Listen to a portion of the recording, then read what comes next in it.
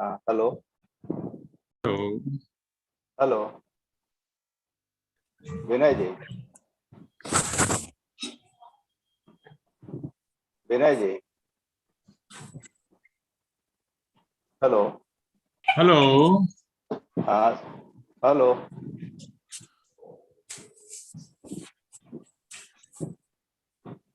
Hello विनय विनय, सिर्फ हमारी आवाज जा रही है? आ रही है सर आवाज आपकी। चलिए ठीक है। हेलो। हाँ हाँ सर, प्रणाम सर। नमस्ते, स्टार्ट करें? हाँ, आज हम लोगों के बीच में दीनदयाल उपाध्याय गोरखपुर विश्वविद्यालय के प्राण विज्ञान के पूर्व विभागाध्यक्ष professor Dinesh Kumar ji cell signalling पे अपना व्याख्यान प्रस्तुत करेंगे। अगर आपका परिचय सर, हम क्या बताएं आपको, आपका परिचय दिलाने का मतलब कि सूरज को रोशनी दिखाने के बराबर है। तो आपका जो फर्स्ट इनिंग था एजुकेशन में, तो उसके बाद छोड़ दिया जाए, लेकिन आपका जो सेकेंड इनिंग है जो समाज के लिए, पर्यावरण के लिए, इसमें आपका बहुत ही महत्वपूर्ण योगदान है सर। आपका प्रयास है कि हम भावी पीढ़ी को एक सुरक्षित वातावरण दे करके जाएं, और इसके लिए आपका प्रयास यह है कि आप प्लांटेशन, वृक्षारोपण करते हैं, और आप जहाँ भी जाते हैं लेक्चर देने के लिए, वहाँ आप जरूर वृक्षारोपण करते हैं।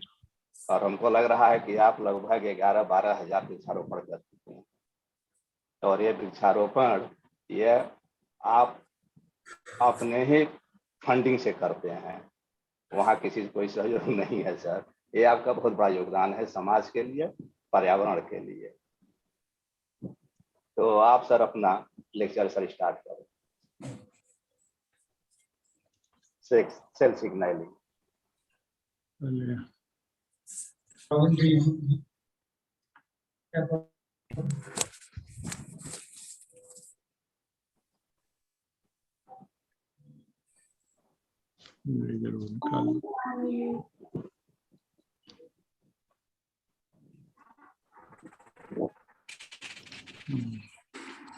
So let us start today's topic, cell signaling. I am thankful to Dr. Ravi Narayan Singh, Head Department of Zoology, MPPG College, Jangal Dhushan, and his associates for calling me to deliver a lecture on cell signaling. I am teaching this topic about 4 decades in my department as a cell biology professor of cell biology, and this is very fascinating topic from the point of view of molecular biology and drug design. If you think that what is cell and what is signaling, you find that cell, a living cell found in universe, all cells receive signals and respond signals, whether it is a bacteria or a yeast cell or a multicellular human body cells. For example, bacteria receive signals from their surroundings and move towards the higher concentration of sugar and amino acids. Likewise, in yeast cells, there is mating, and mating yeast cells receive signals from neighboring yeast cells and they mate. Likewise, in multicellular animals, there is huge amount of cells, particularly if you take example of human body. Here, the cell signaling process is in very sophisticated manner. It is regulated. And if suppose a human body contains about 10 to the power 14 cells of 220 types of cells, how this is coordinated? It is a very complex system, and all the cells in the human body interact and collaborate with efficient mechanism of cell signaling process. And so that the whole body working, whether it is a metabolism, whether it is a cell behavior, whether it is a differentiation, whether it is a growth of the human body from embryonic to the adult stage, all things are regulated by the cell signaling process. So if you can imagine how complicated system in multicellular organism is working, if suppose I have myself with Dinesh Kumar Singh, I have to deliver a lecture on cell signaling online with you. So there must be some coordination in my voice, my mental state, all these things, and so that I can deliver a lecture. If there is no coordination and integration of these signaling molecules in the body, there is no representation of lecture in form which I am giving or delivering in front of you. So that this complicated system, how works in higher animals, having a multicellular organisms, having different type of organization, having different type of behavior, we will discuss today. So let us start. The first thing is that, suppose, what is cell signaling process? This is a cell membrane, and this is a receptor, and this is the signaling molecule released by another cell, and when it reaches to this receptor, it transmits the message of this signaling molecule to the inner side of the cell, and here, after crossing this signal to the plasma membrane, there is a number of intracellular signaling proteins. It passes from the number of intracellular signaling proteins, and then ultimately it affects the metabolic enzymes to alter the metabolism. It affects the gene to regulatory pattern proteins to alter the gene expression, and it affects the cytoskeleton protein structure of the cell to alter the cell shape or movement. So these are the effector proteins which alter this phenomenon inside the body. So this is a summarized form of cell signaling, and I think you are following this. Now the question is that how these different types of signalings are working together and how cells respond. So this response of the cell depends upon the combination of different types of signaling molecules. Suppose this is signaling molecule A, B, and C, and it affects on the cell this. This sends the message, this signaling molecules on this cell to survive. And when D and E signaling molecule is combined with A, B, C, D, E, then the same cell will grow and divide. It becomes 1 to 2. Likewise, when the F and G signaling molecule along with A, B, C affects the cell, then it differentiates in different type of cells in the body. And if there is no signaling molecule is received by the cell, it will die and apoptotic cells, and it will be removed from the body. So in this way, in the whole body, there is a combination of different signals which regulate the survivability, growth, division, differentiation of the body. So that appropriate signaling is required for normal functioning of cells in the body. Likewise, same signal can cause different reactions. Suppose acetylcholine, as you know, it is a neurotransmitter. When it acts on the heart muscle, it decreases the rate and force of contraction of heart muscle. When the same acetylcholine, when acts on the skeletal muscle, it increases the contraction power of the skeletal muscle. And likewise, when the same acetylcholine, when act on the salivary gland, it starts secreting of the saliva. So in this way, the signaling molecule is same, but their response in different cell is different. Likewise, if you suppose, if you you have studied in the embryonic development that morphogens are released from the different cells during development, and that morphogens are the chemicals which spreads from embryo from one stage to the another cells.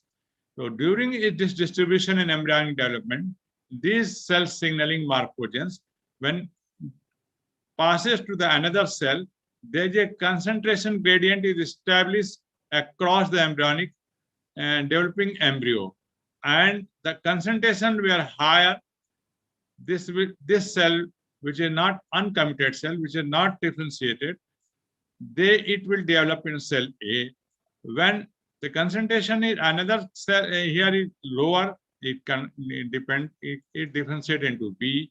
And when concentration reaches more dilute condition of the same morphogen, then the uncommitted cell will develop into the cell. So how the cell differentiation process in the body, it also depends upon the cell signaling process. The same signal with a different concentration will affect different type of differentiation in the body cells, in growing embryonic cells. So in this way, you can say that how the mode of signaling, you find that certain signals are released from one cell and then it reaches to the receptor of another cell, target cell, and by receiving this signal, the target cell will respond accordingly. Likewise, signaling may be possible that the signal molecule comes outside on the plasma membrane and it is received by the another receptor of the another cell. So that this is a close contact signaling by plasma membrane bound molecules, and here the released molecule signal. Likewise, it may be possible that extracellular signaling molecule bind to either cell surface receptor, or it may interact with the carrier protein inside the cell. So this is hydrophobic signaling molecule, and this is hydrophilic signaling molecule. It is not able to enter into the inside the cells, whereas this is the hydrophilic, so that it can easily enter into the cell. So it indicates that the signaling molecule may act on cell receptor, or it may enter into the cell to find a connection with the cell receptor inside the cell in the cytoplasm. So you can divide the signaling process in paracrine, synaptic, and endocrine. The paracrine signaling, the signal molecules are released by cells and it reaches to the neighboring cells, and this is called paracrine signaling. And synaptic, as you know, the synaptic transmission, synaptic cleft, there is neurotransmitters are released and it reaches to the synaptic cleft and then it passes to the another nerve cells. Likewise, endocrine signaling, hormones are released from endocrine glands and then it reaches into the blood and then pass on to the another part, target cells inside the blood. So in this way, you can divide the paracrine, synaptic, endocrine signaling process, and there is one is autocrine signaling also found. It is found particularly in immune system where the T lymphocytes, where the growth factors are released and they act on the same T lymphocytes to produce more T lymphocytes during immune response. So in this way, you can say that paracrine, endocrine, synaptic, and autocrine signaling process. We start with the each signaling process stepwise. So the first of all, we will discuss the steroid hormones and the nuclear receptor superfamily. So steroid hormones, as you know, that the steroid hormones are very important signaling process, and basically testosterone, estrogen, progesterone are sex steroids which is produced by the gonads, and corticosteroids are produced by the adrenal gland and glucocorticoids.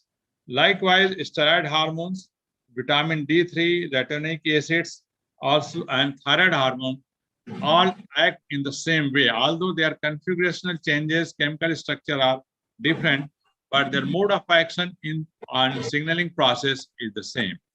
Suppose a steroid hormone, which is hydrophilic in nature, it enters into the cell body, and where it make combination with the receptors. So these receptors are having an S2 domain, transcription activation domain, and COH domain, where a hormone, there is a place where hormone make combination with these receptors. In normal course, when there is no hormone inside the cell, the inhibitory protein complex HSP90 blocks this area, DNA binding domain. And as soon as the steroid hormones enters into the cell and it make combination with this receptor, at this point, this HSP19 protein chaperones inhibitory protein complex is released. Now this DNA binding site is exposed, and now this DNA binding site make combination with the genes and trigger the synthesis of protein as the message given by the hormone. Here you can see the position of DNA binding site in cortisol receptor, estrogen receptor, progesterone, vitamin D, thyroid, and retinic acid. So in this way, the steroid hormones, you can say here the estrogens released in and it reaches inside the cell. Inside the cell, HSP19 protein is deactivated when hormones make combination with the receptor, and there is formation of dimers. Two receptors along with hormones make a dimer, and now this combination, hormone receptor combination, make a co-activators with acetone acetyl transferases. Now this whole complex make combination into the chromosome genes on and started transcription according to the message given by the hormone. And likewise, the estrogens or steroid hormones, in case of thyroid hormones, it is not necessarily that receptor and hormone combination is required to make combination with the gene. Here, the receptor is already on genes, or it may be in genes, or it may be in cytoplasm. And there is a co-repressor, that is histone acetyl co-repressor, histone deacetylase. This is histone deacetylase. In this stage, this receptor is inactive.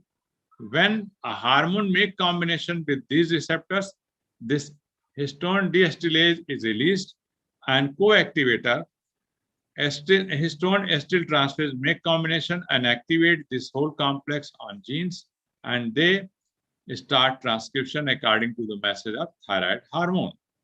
So steroid hormone, thyroid hormone, though chemically different, but their mode of action inside the cell is same.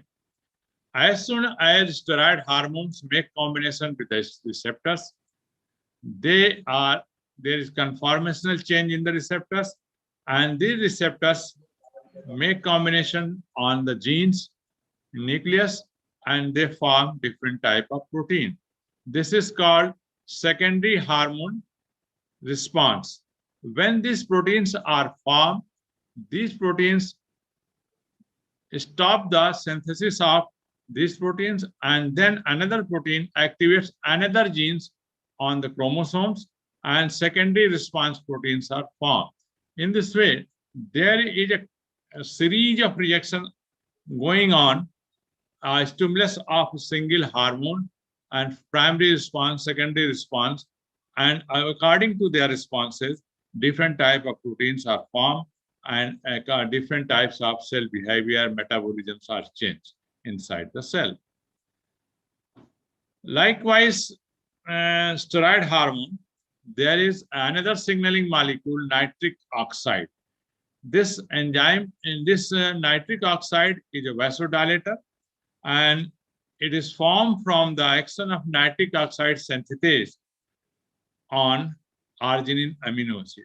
It is very common when you observe that when there is a heart attack and a patient rush to the hospital, the doctors give him the nitroglycerin injection immediately to dilate the blood vessels to maintain the flow of blood to the heart.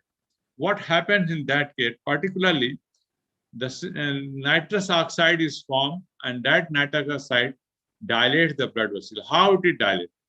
When the parasympathetic acetylcholine neurotransmitters, when it come in contact with the inner epithelial cells of the blood vascular system, it opens the calcium channel, and now calcium channel, there is entry of calcium inside the epithelial cell.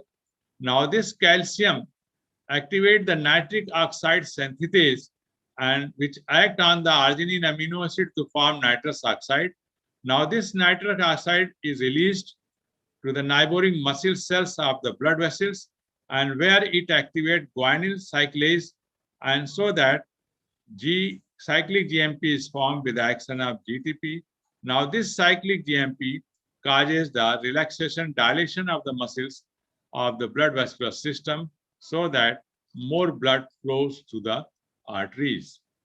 So this is the another signaling molecules, which is with the help of cyclic GMP system dilates the blood vessel inside the body. Now let us start with another signaling molecule, neurotransmitters. As all of you know, the acetylcholine, glycine, glutamine, dopamine, norepinephrine, epinephrine, serotonin, histamines, and GABA, all are the neurotransmitters, and they act on the cells, but they are not able to enter inside the cell. They act on the cell surface instead of, as in case of steroid and nitrous oxide. Here they act on the cell surface, and this neurotransmitters as well as peptide hormones, most of the peptide hormones such as peptide, insulin, glucagon, growth hormone, follicle stimulating, prolactin, neuropeptides and neurohormones, different neurohormones, growth factors, nerve growth factor, epidermal growth factor, platelet-derived growth factor, interleukins, erythropoietins. All these are proteinous in nature, and they are not able to hydrophobic, and so that they are not able to enter inside the cell, so that they act on the cell surface receptor for transmitting the signal. Likewise, phospholipids, likewise the prostaglandins are the lipid hormones. They are also known as lipid hormones, and they are made from the phospholipids and arachidonic acid activation, and prostaglandins, prostacyclin, thromboxanes, all are the lipid hormones, and they are involved also in the same way for the signaling molecule. So let us discuss with the how cell surface receptors act and how functions. So if you divide the cell surface receptors, there is mainly G protein coupled receptors, receptor protein tyrosine kinases, and cytokinin receptors and non-receptor protein tyrosine kinase. So these are the three types of major receptors which are involved in the cell signaling process of the whole body. And let us start the first G protein coupled receptors. The G protein coupled receptors are the major signaling receptors, and these receptors are very important for transmitting the signal from outside the inside. And this is the largest family of cell surface receptors, and this is called guanine nucleotide binding protein receptors. So it has a NS side outside the cell membrane and carboxyl group inside the cell membrane.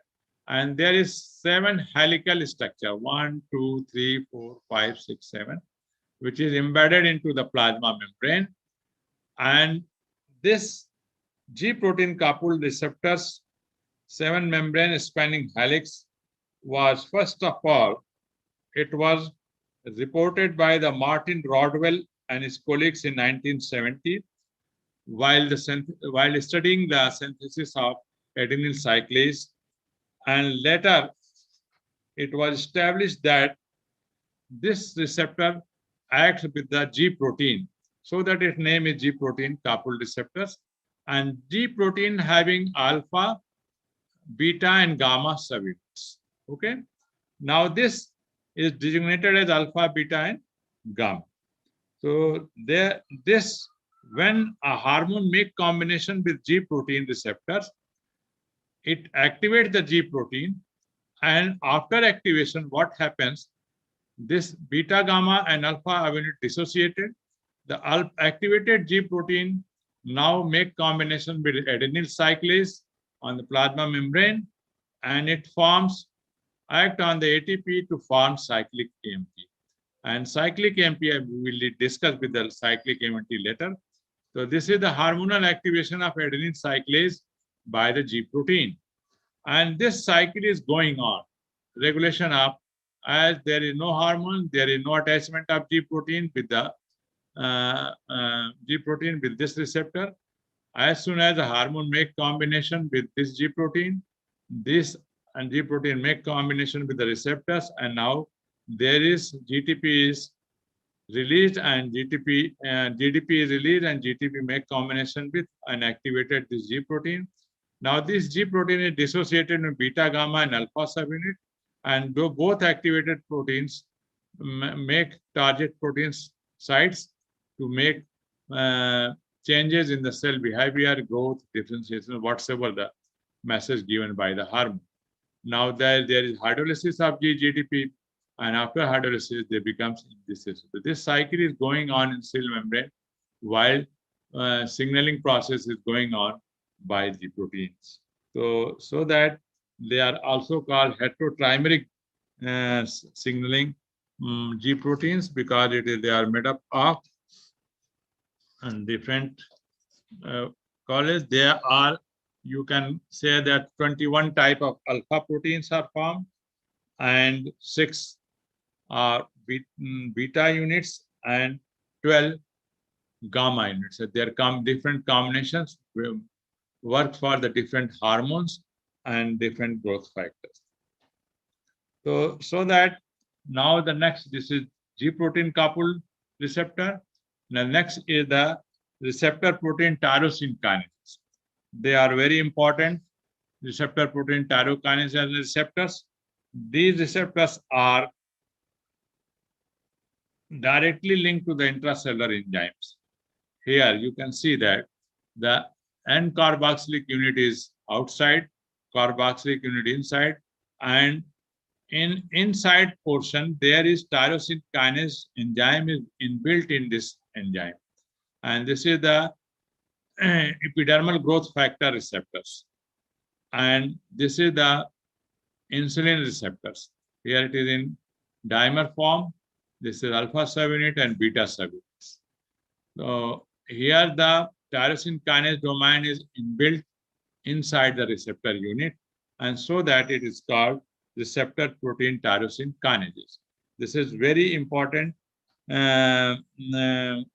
receptor, particularly the growth factors. There are 59 types of receptor protein tyrosine kinases have been identified in the mammals, and they are very important for making a signaling process of growth factors inside the cell or different hormones like insulins. And what happens in this process? First of all, if there is a growth factor attachment on this receptor, they form dimer, one unit and second unit. After formation of dimer, in the inner side, there is cross autophosphorylation outside the receptor, and thereafter these receptors phosphorylate the enzyme unit inside, and thereafter this phosphorylated enzyme unit then activates the action of receptor, and there is attachment of another signaling protein SS domain about 100 amino acids portions. And now this signal, which is given by the growth factor, pass on through the receptors and enzyme systems to the assistive domain and then downstream signaling molecules in different stages to perform the action of the growth factor inside the cell. So this is the tyrosine kinase receptors. And another receptor is cytokinin receptors. And the only difference between the cytokinin receptors and neurotransmitters receptors, it is non-receptor protein tyrosine kinases. That's in case of receptor protein tyrosine receptors, the enzyme unit was inbuilt in the receptor, but here the receptor is not inbuilt in the enzyme, it is outside the attached with the receptors, and working is the same. And here the same type, here the cross phosphorylation first of all occurs into the enzyme unit, and then this enzyme unit phosphoride outside the receptors fragments, and so that they make contact with the downstream signaling molecules to pass on the message from growth factors to the inside the cell. So that you can see the G protein coupled receptor, non-receptor protein tyrosine kinases, and non-receptor protein tyrosine kinase. Name is non-receptor because here the receptor enzyme is not inbuilt into the, or you can call it cytokinin receptors both. So now this message from surface to reach inside the cell by G protein or receptor protein tyrosine kinases or non-receptor protein tyrosine kinases, three types of receptors. So how the message from this receptors to the inner side of cell goes on, pathways are going on. So that is called signal transduction. So this signal transductions from cell surface receptor to the inside the cell to performing the cell message according to the message, behavior of message. So they are basically cyclic Gmp pathway, cyclic Gmp pathway, phospholipid and calcium. These three are the major signaling pathway in transduction process, and PI3 kinase AKT and mTOR pathway, MAP kinase pathway, JAK-STAT and TGB beta-cell SMAT pathway, hedgehog, vent and notch pathways, integrins and signal transduction.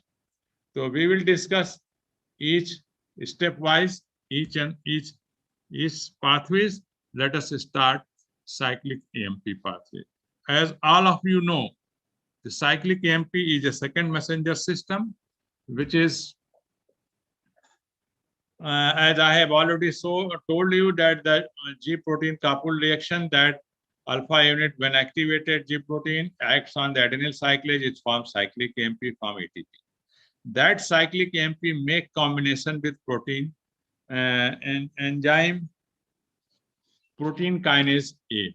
It is made up of 4 tetramer, 2 regulatory subunit and 2 catalytic subunit. As soon as the cyclic AMP make combination with the regulatory subunit, this catalytic subunit is separated from this regulatory subunit and it is activated. In active stage, now this protein kinase acts on different control the different metabolic process. For example, let us see the breakdown of glucose to glucose 1-phosphate, how it occurs. The phosphorylase kinase, protein kinases, which is activated by the cyclic AMP, now make combination activated the phosphorylase kinase. And this inactive phosphorylase kinase, when phosphorylated, becomes active and it acts upon the glycogen phosphorylase, inactive, to form active glycogen phosphorylase. Now this active glycogen phosphorylase break down the glycogen into glucose 1-phosphate. Likewise, the protein kinase 1, kinase A is acting here. It also starts phosphorylating the glycogen synthesis enzyme, and after phosphorylation, it becomes inactive. So that during the breakdown of glycogen in metabolic activity, there is this process, glycogen synthesis is blocked. So in this way, different metabolic activity inside the body is active, is controlled by the protein kinase, which is activated by the protein by the cyclic GMP. Cyclic GMP, instead of acting on substrate or enzyme level, it also acts on the gene level. Suppose this is the protein kinase A. When a cyclic GMP make combination with the regulatory subunit of protein kinase A, in cytosol, the catalytic subunit is dissociated after activation, and it enters into the nucleus. When it enters into the nucleus, it phosphorylates cyclic GMP response element binding proteins. And this phosphorylated CRB in dimer make combination with the cyclic GMP response element on the gene, and transcription is started. So in this way, cyclic GMP control the metabolic enzymes activity, as well as it also acts on the gene level to form different types of gene regulation process inside the cell. Likewise, one thing is very important: when there is an inactive stage to the active stage by phosphorylation, protein kinase is involved. Then if the phosphorylation is not deactivated, this process will going continuously in this way, so that inside the cell there is another enzyme, protein phosphatase 1, which dephosphorylate this one to becomes inactive state. And this cycle is also maintained inside the cell during cyclic GMP activity or any other enzyme activity which is regulating the metabolism of cell. So there is a signaling process networking. Now you are realizing that how it is working. And now the next is cyclic GMP. Cyclic GMP, likewise cyclic GMP, another transduction process is cyclic GMP. It is a very important, but it is not as much work has been done on cyclic GMP. Cyclic GMP is also an important second messenger in animal cells. Although the roles are not as well clearly understood, but it is well characterized in role in cyclic GMP in vertebrate eye, where it serves as the second messenger responsible for converting the visual signal receipt, visual light signal receipt from the light on the rhodopsin protein. And this rod cells, which contains rhodopsin protein, the 11 cis retinal is converted into the transretinal, and this activates the transducin alpha beta as in case of G proteins. And this is activated alpha unit, acts on the phosphodiesterase, and it reduces the cyclic GMP concentration in the concentration, so that this light message is gone to the rod cells to the nerve cells. The role of cyclic GMP in photoreception is a very important signaling process. Likewise, cyclic GMP you have discussed, cyclic GMP. Let us discuss the phospholipids and calcium as signaling molecules. So phospholipid and calcium is also one of the important signaling molecule. Phospholipids are found in the plasma inner surface of the plasma membrane, and there is a second messenger derived from the membrane phospholipid is phosphatidyl inositol 4,5-bis-5, PIP2.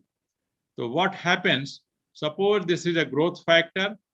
It makes combination with the protein tyrosine receptors. Now protein tyrosine receptors is activated. Then it sends messages to the SS2 domains to phospholipase C gamma, another protein molecules.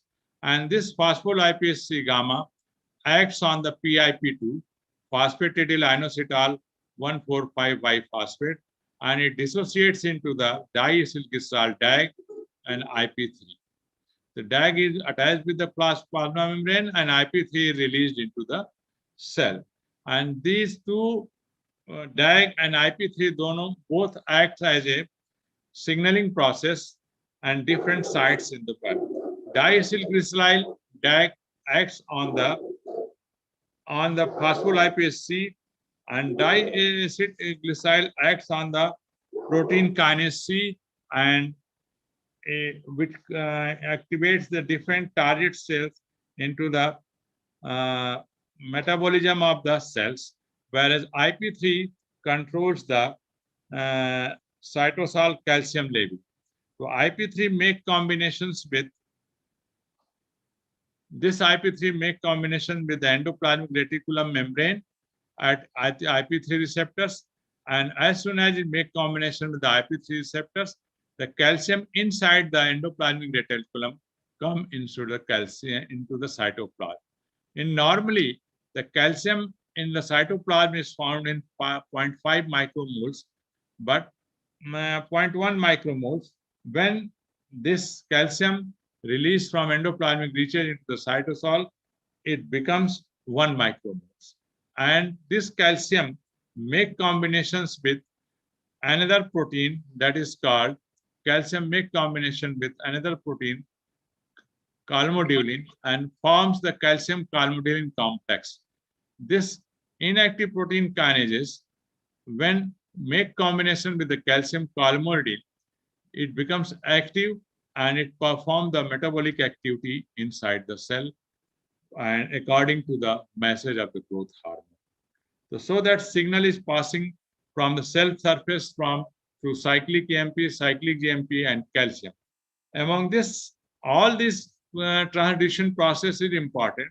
The calcium has a major role because you can see that here from even the embryonic stage, you can see the starfish egg here. This is a starfish egg, and what happens when a fluorescent is injected into the starfish, and when a sperm make contact with this egg at this point, what happens?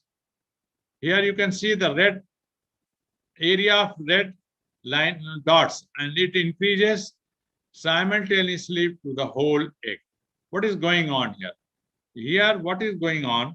As soon as the sperm make contact with this egg, the phospholipase gamma, with the help of this phospholipase gamma, there is formation of IP3, and that enters into the endoplasmic reticulum, and that releases the wave of calcium inside the cell for the growth and development of the embryo. And so you can see how calcium is important, signaling is important, even the initial stage of embryonic development. You can see that how this wave passes on. Here, this is a wave of calcium in embryonic stage. This is the receptors, IP3 receptors found in the endoplasmic reticulum. Green is activated and red is unactivated receptors.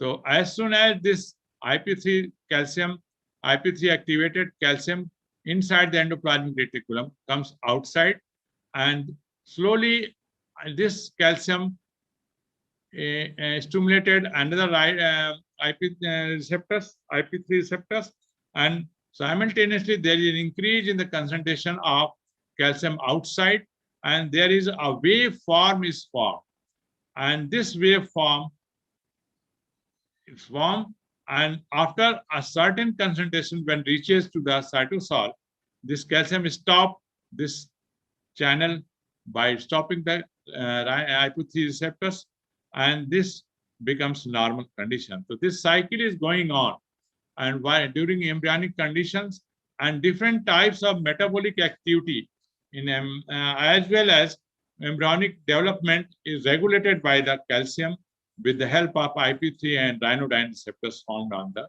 endoplasmic reticulum. So calcium from endoplasmic reticulum as well as calcium is also released from outside to inside by the calcium by trigger of different ion channels. So in this way, the calcium is a major signaling process which is responsible for the embryonic growth as well as controlling the whole system of the body, metabolic activity and other activity, behavior of the cell. The stepwise activation of in this CAM kinase is another very important enzyme which is involved in neurotransmitters as well as is activating the transcription factor regulated by the calcium. And this CAM kinase is also very important regulatory enzyme which is involved in neurotransmission and transcription factor, having having two circles of the structures. One is kinase domain and another is half domain. The kinase domain is associated with the regulatory subunit and there is a phosphorylation.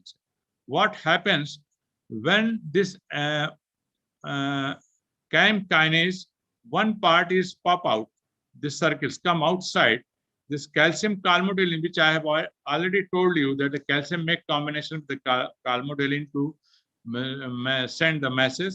It make combination with this unit CAM kinase, and this activation autophosphorylation causes the active stages. Now this is another unit is activated, and now this process is going on, and this transcription process or neurotransmission is regulated by this CAM kinase, and very important enzyme which is regulated by the calcium metabolism, the calcium signaling process.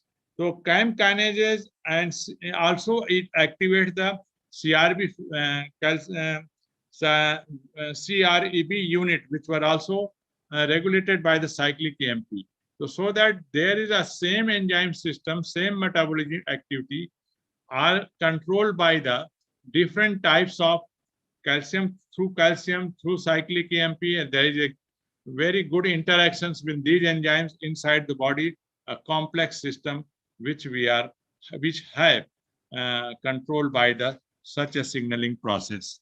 So in this way, you can say that calcium is a very important signaling process. And another signaling process is, you can say, PI3 kinases and AKT and mTOR pathway. We are PK3 phospholipids. So this is also another second messenger system. What happens here in regulating growth and survival? PIP3 is involved, and this is what happens. As I have already told, in calcium signaling process, the PIP2 is a very important signaling step in whose dissociation, the diacylglycerol and IP3 is formed. Here, another phosphorylation occurs at this point, third point, and then it becomes the phosphatidylinositol 3 kinase. And like phospholipase C, this PI3 kinase acts, and this is phosphorylation at this point, and this PIP3 is a very good signaling molecule for survival and growth control of the cell. How this PIP3 makes contact with the protein 309 kinase AKT, and it also activates another enzyme PDKI, and PDKI phosphorylates AKT. Likewise, another enzyme protein kinase mTOR and rector activates AKT. Now this activated AKT inside the cell, it controls the different metabolic activity through GSB and cell growth, phosphorylate the bad proteins and transcription factor for regulation of cell growth and survival inside the body. So mTOR pathway, PI3 AKT and mTOR pathway is very important for regulating the survival and growth. Suppose, for example, what happens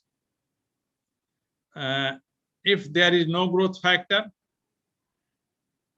then there is a protein FOXO inside the cytoplasm, which reaches to the gene level into the nucleus, or transcription of FOXO-induced genes is going on.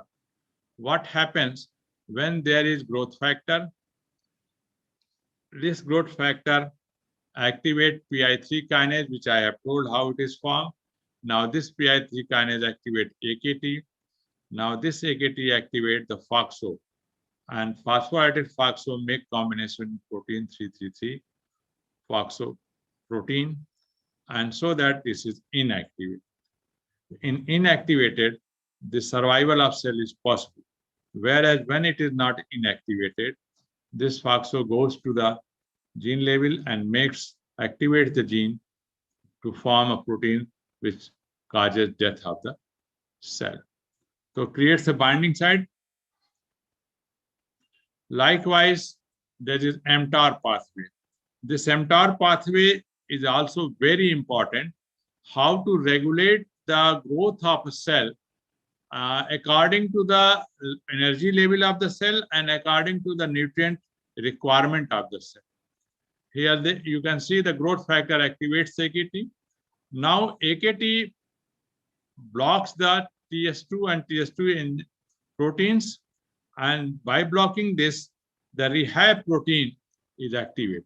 RAS protein, rehab is a RAS protein, and when it is activated, it activates mTOR receptor, and this mTOR receptor then activate to block the ALP4 binding proteins, and so that translation doesn't happen.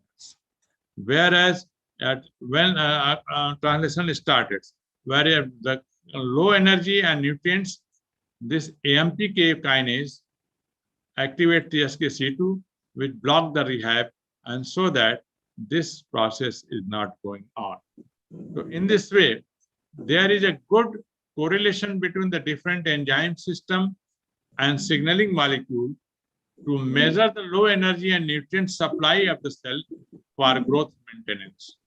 So that this is also very important signaling transduction process from cell surface to the inside the cell. Likewise, RAS, RAF, and the MAP kinases, they are also very important. Like the RAS is one of the signaling protein which is equivalent to the G protein, and but its size is very small. It sends messages from, suppose, this surface receptors, tyrosine receptors, to the RAF, where it activates MEK kinases, and then it activates ERK, so then it activates different nuclear and cytoplasmic proteins for survival and growth of the cells in the body.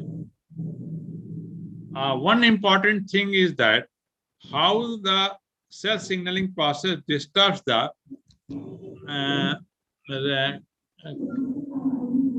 in normal course, RAS, activation of RAS causes the guanine nucleotide exchange factor for activation, and then GTP is attached, and when this GTP is attached with the RAS with the help of guanine nucleotide exchange factor, this causes the proliferation and division of the cells.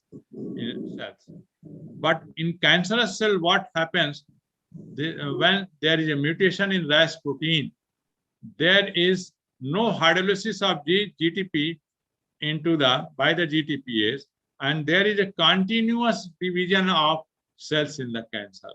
So that this is a very important step which is regulating the growth and proliferation of cancerous cells.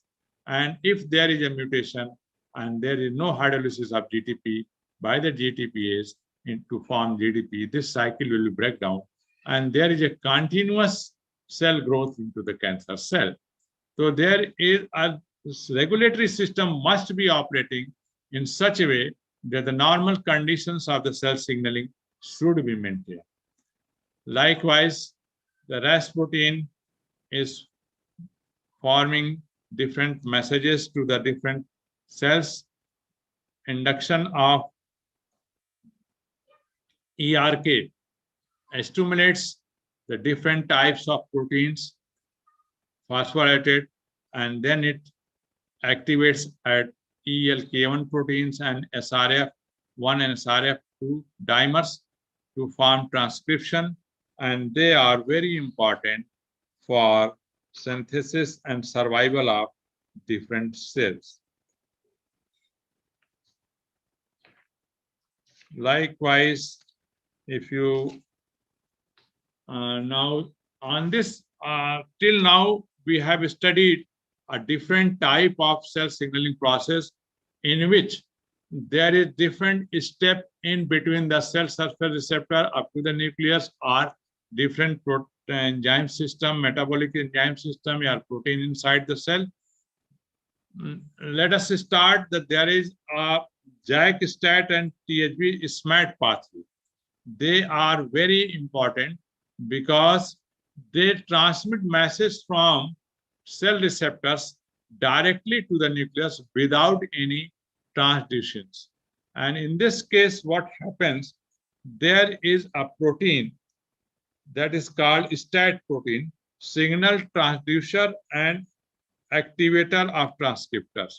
So this is transducing protein STAT, and this STAT protein is activated by the JAK kinase found at the inner surface of the tyrosine receptors, and this phosphorylated STATs forms dimer or enters directly into the nucleus up to the gene level and start transcription process. So that it is found into the very important JAK and proteins in cell immune system, interferon action. These STAT proteins are very important. And another is SMAT, TGF beta and SMAT pathway. TG beta and SMAT pathway,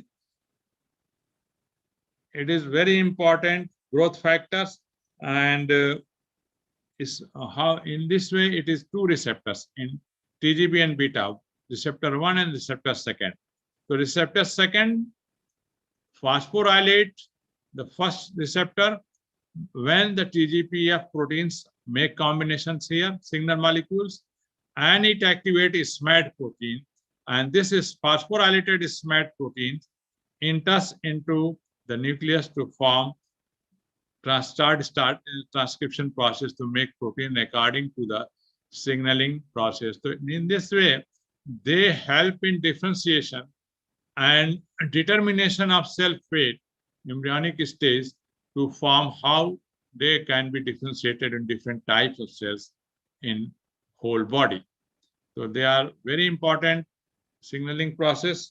And likewise, NF-kB signaling process, which is involved in the immune system. Here, IKB kinases are in combination with NF-kB dimer are in inactive form. As soon as a growth factor signal received by this IKB is degraded, and now NF-kB enters into the protein and nucleus and form transcription started to form different type of proteins as requirement of the cell. It is particularly found into the immune system. Likewise, the most important system, that the hedgehog vent and notch pathways. Hedgehog vent and notch pathways are very important signaling process during embryonic patterning and differentiation process. How the cells can differentiate it, how the cells pattern goes to the different parts of the body is determined by the hedgehog vent and notch pathway. In hedgehog pathway, there is two receptors, smooth-headed and patches. In normal course, when there is no hedgehog protein is attached, what happens? There is fused and costal and CI150 proteins make contact with the microtubules. And due to this, CI50 is degraded, or it is broken down into the CI75 unit. Now this CI50 enters into the genes and the nucleus and make contact with the genes, and here the transcription process is repressed. No transcription is going on in normal course in growing the embryonic cell. But when hedge protein is make attachment with the PAST1 receptor unit of the hedgehog receptor, it activates a smooth-headed form. Now smooth-headed make combination with this microtubules attached costal protein, and now this costal fused and CI50. Now this CI50 intact is released and it comes in contact with the genes in the nucleus to start transcriptions activated and form the protein according to the signal of the Hitchhike proteins, and then it start patterning and differentiation of cells in different form. So likewise, another is very important is Wnt protein. In Wnt protein, normal course, the cells in embryonic stage, what happens? LRP and Figil are the receptors for Wnt proteins. There is decisive protein inside the cytoplasm, and arginine, GSK3 beta, and APC proteins in make attachment in normal courses, and it acts on the beta catenin to break down the beta catenin, and so that it is degraded, and so that there is no differentiation and growth patterning in the embryonic stage cell. As soon as a Wnt protein make attachment with the fragile one, then it activates decisive protein, and decisive protein acts and auxins is released here, APC and GSK3 beta, and catenin, which is attached with this unit, is released and it goes to the nucleus, and where it make contact with the TCL and LFE proteins to activate transcription. According to the message of the Wnt protein, it becomes differentiated and pattern formation started.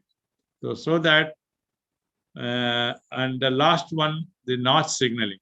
The notch signaling is also very important in embryonic stage for differentiation and pattern signaling in neighboring cells.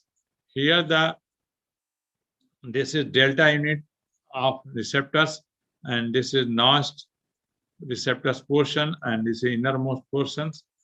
As soon as the delta protein makes contact with this receptors, this alpha secretase dissociate the innermost portion of this receptors, and then it reaches to the transcription SUH unit, activators with the genes, and it forms activate transcription process according to the message given by the delta protein, notch pathways.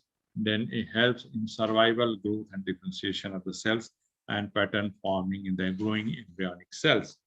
So that there is likewise integrins, which is found outside the plasma membranes and having a FARC proteins. They involve all type of signaling process, PI3 kinase, SRK, PIL, CYT, which I have all told you, and they transmit messages to different inside the cells to perform the different activity of the metabolism. So in this way, integrins are also a signaling process. So we can conclude that in all this, there is a signaling receptors, G protein linked receptors, and receptor tyrosine kinase and non-receptor protein. So G protein coupled receptors, G protein adenyl cyclase, cyclic Gmp, and protein kinase A, and it regulates gene regulation as well as it many target proteins. Like G protein also activates phospholipase C, signal receptor tyrosine kinase also activates phospholipase C, and this phospholipase C activates form PIP2 to IP3, calcium calmodulin, CAM kinase, and diacylglycerol to protein kinase C. Likewise, GRB and RAS, GFP, RAS, MAP kinases activate MAP kinases, and MAP kinases form regulatory genes and many target genes. Like PI3 kinase, this activates different PDKI and AKT inhibition, and it is important for many protein targets for survival and growth. So in this way, there are interconnections between these things, and they form the all signaling process in coordinated and integrated way. Now, the one which is not given in any textbook, I am talking about the ATP cell signal. Normally, you know that ATP is a energy releasing factors for growing cell metabolic activity and other activity. But now it is established that ATP is a signaling molecule. You can know anywhere in any textbook that ATP is a signaling. Recent research, it has been done by an Indian scientist, Baljit Singh Khaki and Australian scientist Burkstone, and they have established that the ATP normally, as you know, is synthesized in the mitochondria, and when there is release of phosphate molecules, the release of they form ADP, energy is released, then AMP is formed, then energy release, then there is breakdown of phosphate, there is release of energy, which is utilized for cell functioning reaction. It is the energy currency of the cell. But later Burkstone and his co-workers had established that along with the neurotransmitters, ATP are released, and these ATP act as a signaling molecules. How? This was not established earlier that these signaling molecules have any receptors. Burkstone, which is working on ATP from 1962, later meet Baljit Singh Khaki, an Indian scientist, American-based, and that Baljit Singh Khaki works on the hemogenomics, established that there are 3 receptors for ATP: PX2X, P2Y, and PI receptor. P2X receptors was triggered by ATP, and P2Y is also triggered by the ATP. Whereas ATP triggers the only P2Y, and AMP triggers PI receptors, and adenosine triggers this receptor. So now all component ATP, ADP, AMP, and adenosine all acts as a signaling molecule acting on P2X, P2Y, and PI receptors. And one signaling molecule, now the ATP acts on P2X, it opens the calcium channel, and there is entry of calcium inside the cell. And this calcium affects the different calcium, and it also affects the endoplasmic reticulum release, and there is same calcium calmodulin actions. Whereas ATP also acts on P2Y receptor, it releases endoplasmic reticulum calcium, and this calcium also regulates the gene level. So in this way, this also enzyme level, and it acts upon on the gene level. Likewise, this ATP affects different types of work. It is important for constriction of the blood vessels. Sidewise, it stops the blood clotting, is cell proliferation, or the single signal having a different types of. It also causes dilation in the blood vessels, and in this way, a signal is same, but the response is different and different places. And I can assure you that this ATP has changed the modern cell biology's mode of action of pharmacology. According to the new researches of this ATP as a signaling molecule, now the scientists are thinking that they are making drugs according to this receptors, and now the many drugs are going synthesized in cell signaling process, cell signaling based process, and so that it will be useful for curing the different human beings diseases. So in this way, we can say that this cell signaling process is a very complex process which is involved in treating different types of problems of the body with coordinated integrated system. You can see here, this is a figure. This is the cell process signaling interactions of the human body, and you can imagine how this complex system is working inside the body. Thank you. Any question you can ask?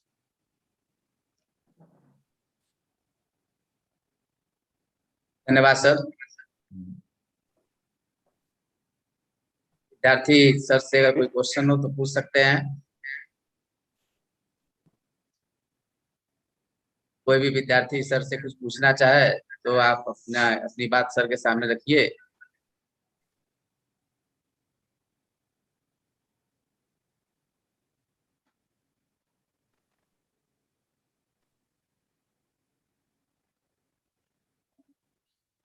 क्यों question नहीं पूछना है?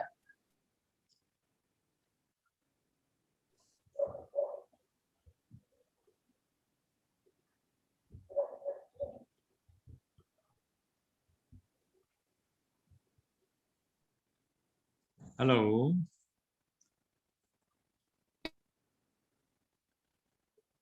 Hello. जी sir. हाँ जी sir. हाँ, बोलते हैं।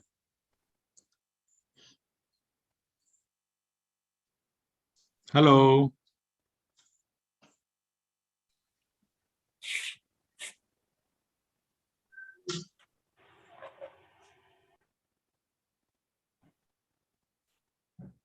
वंदना, आप कुछ कहना चाहती हैं, बोलिए।